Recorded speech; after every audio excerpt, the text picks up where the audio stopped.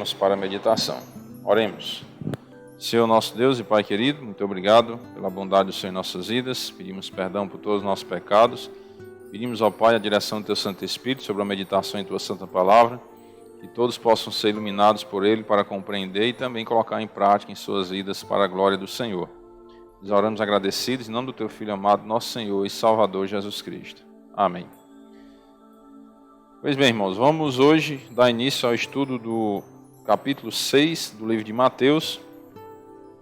Nós estamos fazendo um estudo expositivo no livro de Mateus. E hoje vamos estudar o capítulo 6.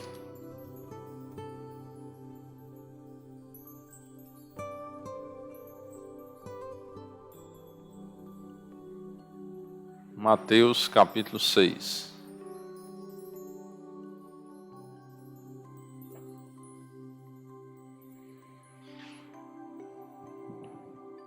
Diz assim a palavra do Senhor: Guardai-vos de exercer a vossa justiça diante dos homens, com o fim de serdes vistos por eles.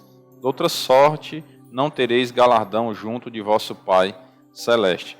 Então aqui, as Escrituras Sagradas estão nos ensinando que você deve se guardar, né, de exercer a sua justiça para se mostrar para as outras pessoas, né, com o fim de serdes vistos pelos homens, né, por eles, pelos homens. Então, quando você vai fazer alguma coisa boa, você não deve querer se mostrar para os outros que está fazendo. Aí ele diz: de outra sorte, não tereis galardão junto de vosso Pai Celeste. Porque as próprias pessoas já vão reconhecer a sua bondade, né? E aí você está perdendo recompensas lá nos céus. Esse versículo quer nos ensinar, irmãos, que nós não devemos buscar glória para nós, a glória do mundo para nós. Quando eu faço alguma coisa de boa aqui na terra, algo de bom aqui na terra, eu tenho que fazer para a glória de Deus, não para a minha glória. É isso que esse versículo quer nos ensinar. Quando eu faço para a minha glória, ou seja, com o propósito de ser visto pelos homens, reconhecido por eles, então eu estou perdendo aí diante de Deus, né? Estou perdendo recompensas, que é o galardão diante do vosso Pai Celeste. Então, quando for fazer alguma coisa de bom, não busque glória dos homens, ser reconhecido por eles. Versículo 2 diz: Quando, pois, deres esmola, não toques trombeta diante de ti, como fazem os hipócritas nas sinagogas e nas ruas, para serem glorificados pelos homens. Em verdade vos digo que eles já receberam a recompensa. Então, quando a pessoa dá esmola, também tem que ter cuidado, né? Para não ser como os hipócritas, porque os hipócritas é que fazem isso, né? Querem ser vistos pelos homens, ou para serem glorificados pelos homens. E repito, a glória é para Deus. Aquilo que você faz de bom tem que ser para a glória de Deus e não para a sua própria glória, porque senão você vai estar se assemelhando aos hipócritas. É assim que você vai ser reconhecido diante de Deus, quando você faz algo de bom para ser glorificado pelos homens. E você é considerado um hipócrita. Tu, porém, ao dares a esmola, ignore a tua mão esquerda o que faz a tua mão direita. É como aquele ditado que a gente diz, né? Dê com a direita para que a esquerda não veja, né? Para que a tua esmola fique em secreto e teu pai que vê em secreto te recompensará. Agora eu quero, irmãos, abrir um parênteses para explicar algo aqui que às vezes fica confuso entre as pessoas.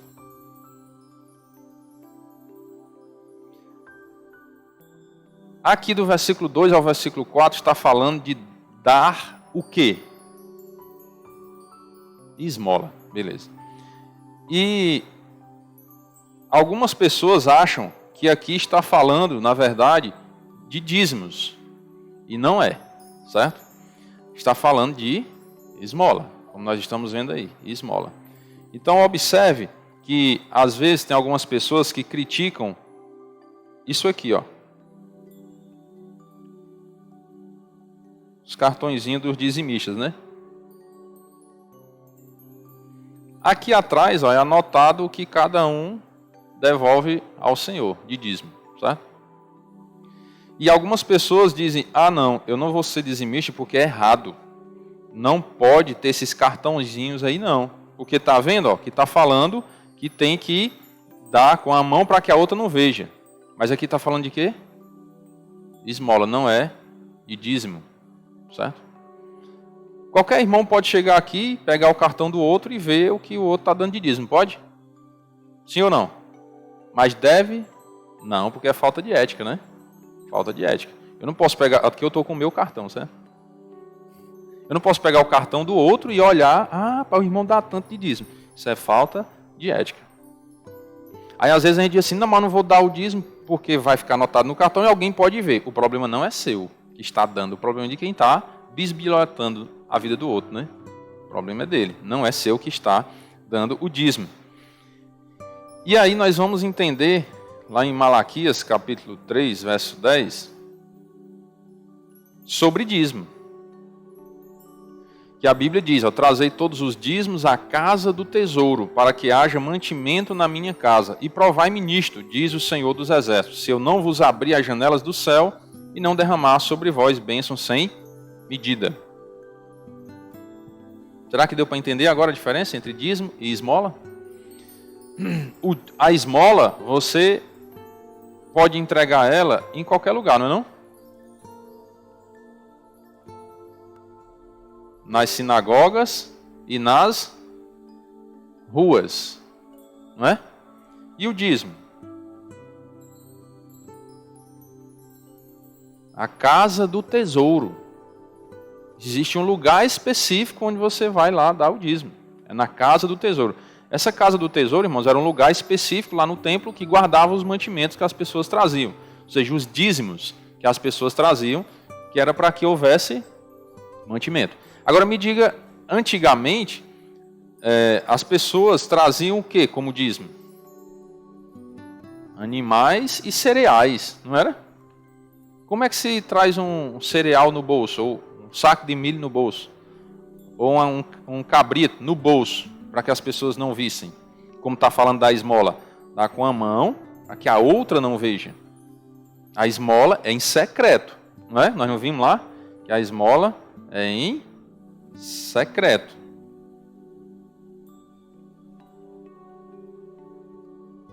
A esmola fique em... Como é que você esconde um boi?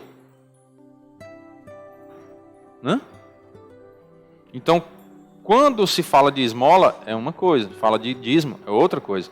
E ainda tem outro detalhe, para que vocês entendam melhor. Teu pai que vem em secreto vai te recompensar, né? Beleza. Aqui, quando está falando de dízimo, Deus está dizendo, provai-me nisto, se eu não vos abrir a janela do céu e derramar sobre vós bênçãos sem medida. Você vai ser abençoado e as pessoas vão ver. Como é que fica escondido? Então, o dízimo, irmãos, era algo público. As pessoas viam os outros trazendo os dízimos à casa do tesouro. Um boi, uma ovelha, um saco de milho, de feijão, seja lá o que fosse o dízimo daquela pessoa, né?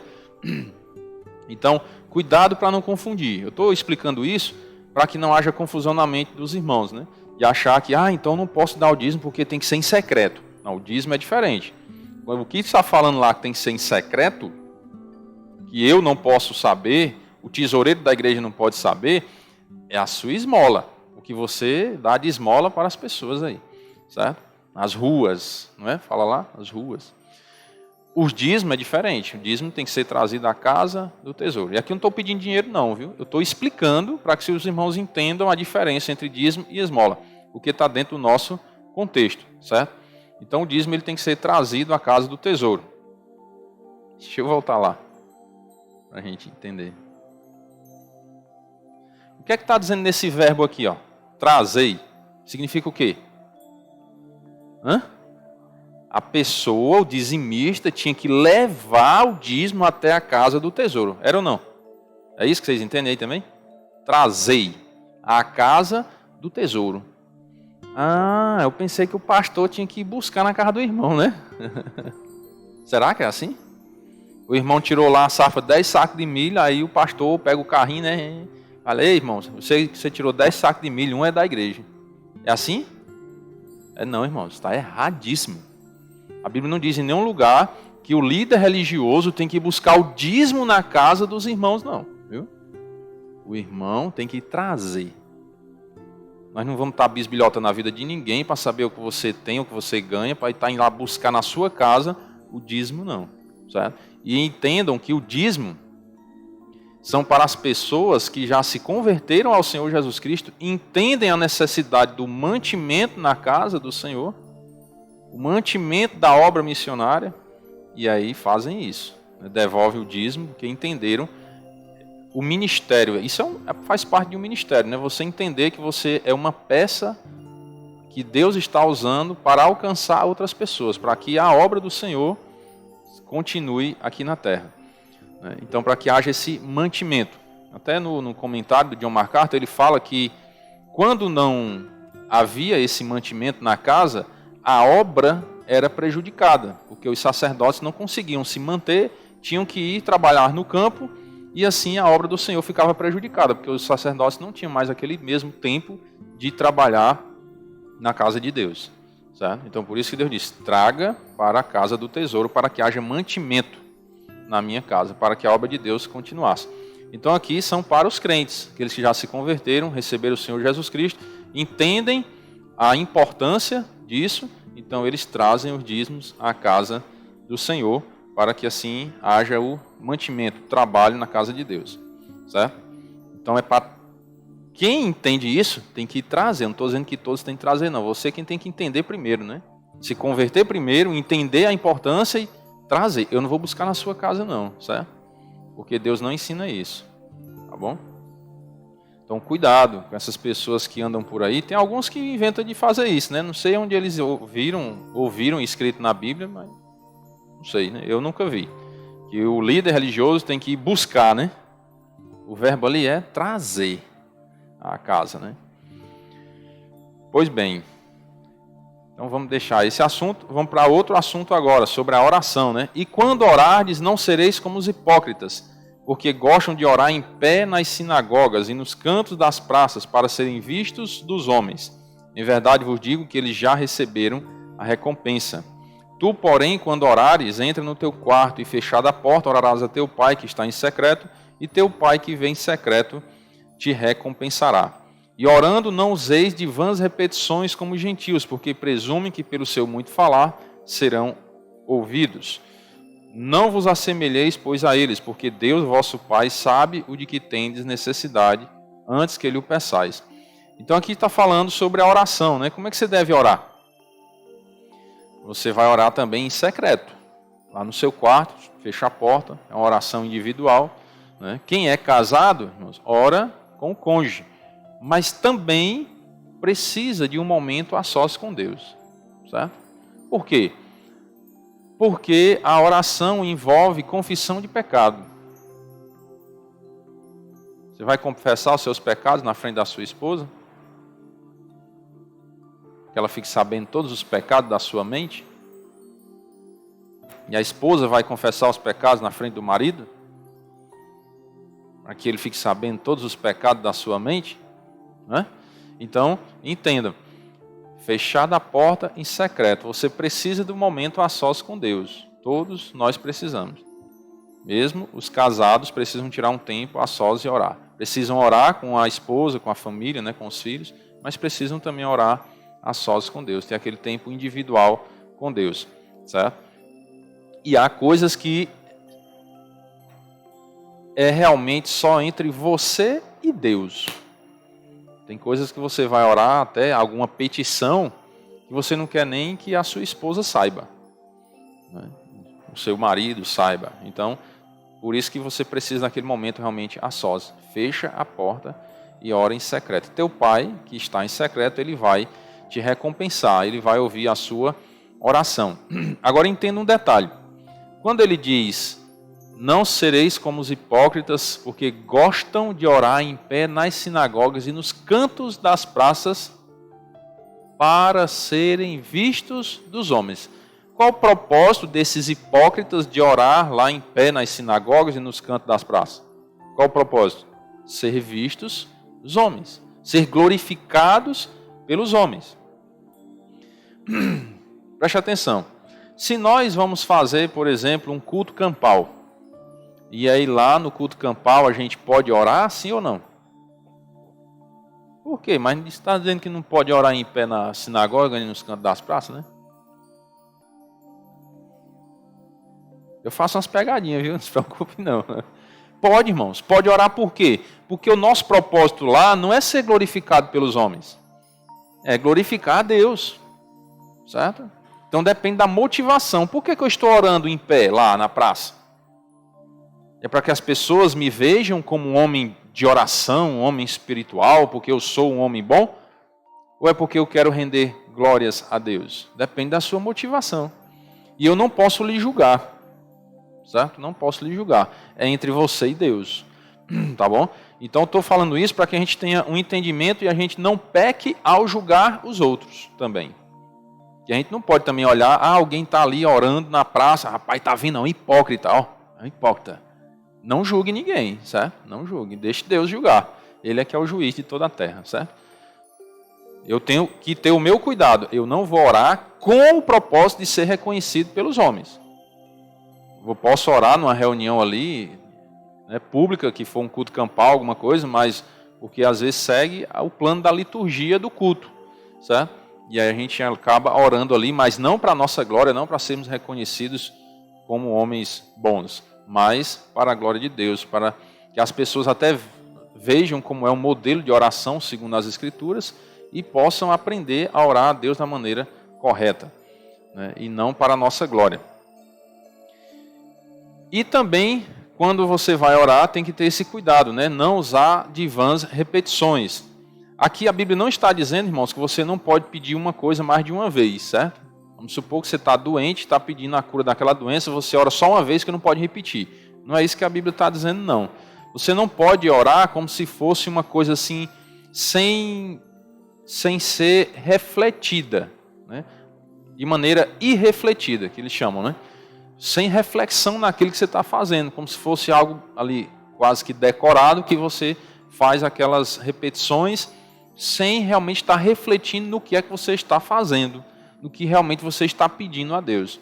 É isso quando ele fala, não useis de vãs repetições, ou seja, algo que você está repetindo que é vão. Você não está nem pensando no que é que está dizendo. Então a oração tem que ter um propósito, tem que ter um plano. Eu vou orar só por orar. Vocês já oraram assim alguma vez? Não levante a mão, né? Estou orando aqui só por orar mesmo. Às vezes acontece da gente orar para almoçar, né? Ora, aí daqui a pouco levanta da mesa antes de dar a primeira colherada, né, no prato. Aí levanta da mesa, vai fazer não sei o que, quando volta, aí vai orar de novo. Será que você estava meditando realmente na oração que fez? Porque você nem... eu já orei, né? Às vezes está só num ritual. Não está nem parando para refletir, para realmente agradecer a Deus por aquele alimento. De maneira sincera. Às vezes é só porque é um costume, né? Cuidado que o crente às vezes pode fazer isso também, viu? Cair nesse erro. Porque antes do almoço eu tenho que orar. Mas aí às vezes ora só por orar mesmo. É aquela oração só repetitiva que você não está realmente refletindo e com aquele coração grato a Deus por aquele alimento. Cuidado, porque aí às vezes passa a ser uma vã repetição. Certo? Não é toda oração que Deus aceita, não, viu? Não é toda oração que Deus aceita. Não, irmão, mas eu estou orando em nome de Jesus. Mas você pode usar o nome de Jesus em vão, não é não? Então, cuidado. Quando você vai orar a Deus, tem que ser algo realmente sincero. Refletindo o que é que você realmente está fazendo ali, o que é que você está pedindo a Deus ou agradecendo a Deus, certo? Cuidado. Não é pelo seu muito falar. Tem pessoas também que acham que quando vai orar tem que falar muito, né? Tem que falar palavras bonitas. Não é isso também não, irmãos. Sabe? Não, irmão, não sei orar não. Você não sabe falar não? Se você sabe falar, você sabe orar. Porque orar é falar com Deus. Então você vai falar no seu vocabulário, na sua língua. Não adianta você estar inventando coisa quando vai orar, não. É na sua simplicidade, no seu dia a dia que você vai orar ali, como você estivesse falando com um amigo seu, podemos dizer assim, só que é a maior autoridade do universo. Então você tem que usar de respeito também, né? Você não vai dizer, ó Deus, ó cara, né? E aí, mano, né? Não é assim que se ora a Deus. Deus é uma autoridade, então você tem que orar com respeito, palavras respeitosas. Ele não é um moleque, né? Então, quando você vai orar, usa palavras respeitosas, porque a maior autoridade de todo o universo é o Criador dos céus e da terra, o Salvador da nossa alma. Então, use palavras com respeito. E cuidado, irmãos, quando vai orar, para não mandar em Deus, viu? Cuidado para não estar mandando. Porque às vezes a gente ora a Deus e fala assim: Senhor, faz isso. Senhor, cura essa enfermidade que eu tenho. Senhor, me dá um emprego melhor, né? Espera aí, você está pedindo ou está mandando em Deus? Vocês já pararam para observar que às vezes nós oramos assim? Senhor, abençoa essa viagem que eu vou fazer, não é? Você está pedindo a Deus quando você fala assim? Então a gente tem que parar para refletir, né? Irmão, então como é que eu oro? Ore pedindo a Deus. Pedindo a Ele. Se for da tua vontade, Senhor. Senhor, se for da tua vontade, eu pedir a tua misericórdia para abençoar essa viagem, se assim for do teu agrado. Senhor, se for a tua vontade, me abençoa com um emprego melhor, se for essa a sua oração, né? Senhor, se for da tua vontade, cura essa doença, Senhor. Ore com humildade, pedindo a Deus, se for a vontade dEle, e não mandando, cura, Senhor, liberta, né? Cuidado, né? Cuidado. Deus não é uma pessoa qualquer, né? É um ser muito importante que nós precisamos muito dele. Então, por isso nós temos que ter o maior cuidado para não desagradar a Deus. Então, cuidado para não estar usando de vãs repetições. Cuidado para não orar só porque... eu sou crente, eu tenho que orar antes do almoço. Mas sem refletir? Você está realmente com o coração grato por aquela comida que você vai ingerir? Você está realmente grato pelo dia que passou e você vai orar ali para dormir? Ou grato pela noite de descanso e quando você levanta de manhã você ora para agradecer pela noite? Ou você está ali só com uma vã repetição?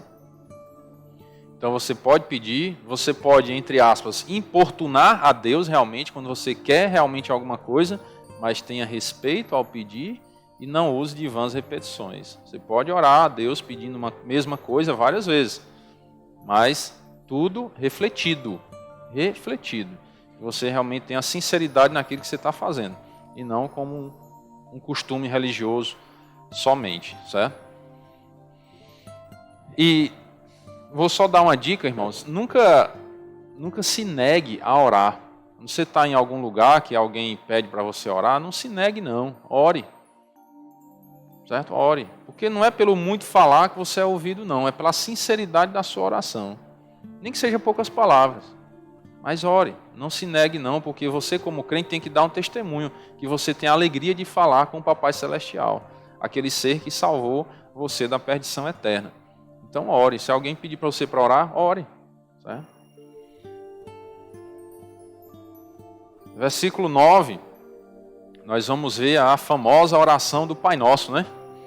E entendam já, irmãos, que essa oração do Pai Nosso não quer dizer que toda vida que você vai orar, você tem que recitar esses versículos, não. Aqui é um modelo de oração, certo? É um modelo. É como se Jesus estivesse dando assim uma dica, né, de como você pode orar. Não que você tenha que toda vida que vai orar, Pai Nosso que estás no céu, santificado seja o teu nome, venha o teu reino, tal, né?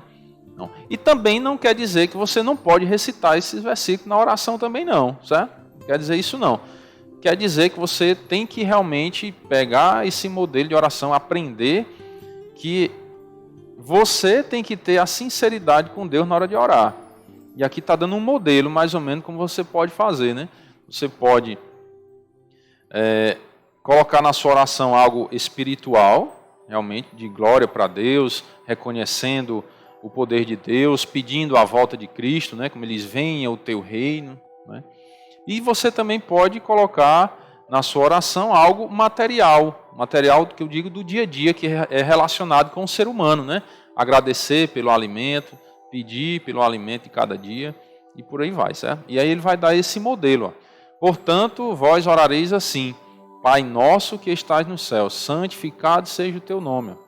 Então, vamos santificar o nome de Deus, que ele está glorificando a Deus, né? Então, na sua oração, você pode começar glorificando a Deus. Venha o teu reino, ó. Um outro pedido, ó, para que o reino de Deus venha à terra, sobre a terra, ou seja, está pedindo a volta de Cristo. Faça-se a tua vontade, assim na terra como no céu. Está pedindo para que a vontade de Deus seja feita e não a nossa, certo? E agora ele vem para alguns pedidos mais assim materiais, né? Terrenos. O pão nosso de cada dia dá-nos hoje, pedindo pelo pão de cada dia. Perdoa-nos as nossas dívidas, assim como nós temos perdoado os nossos devedores. Então, pede o perdão dos pecados. Então aqui entra a confissão de pecados também na oração, né? Está ensinando, ó, você pode pedir o perdão, você pode confessar os pecados aqui também dentro da oração. E não nos deixe cair em tentação, mas livra-nos do mal, pois teu é o reino, o poder e a glória para sempre. Amém. E também pedir a Deus para não cair na tentação. Você observa que ele não pede para não ser tentado, né? Ele pede para não cair nas tentações. Porque é inevitável que nós sejamos tentados. É inevitável. Nós vamos ser tentados em algum dia, de alguma forma. Agora nós podemos pedir a Deus para não cair nas tentações. Isso nós podemos, certo? E, irmãos, tem um detalhe bem interessante quando você pede perdão, porque ele diz, o que ele ensina a fazer o quê? Perdoa os nossos pecados, né? Nossa dívida.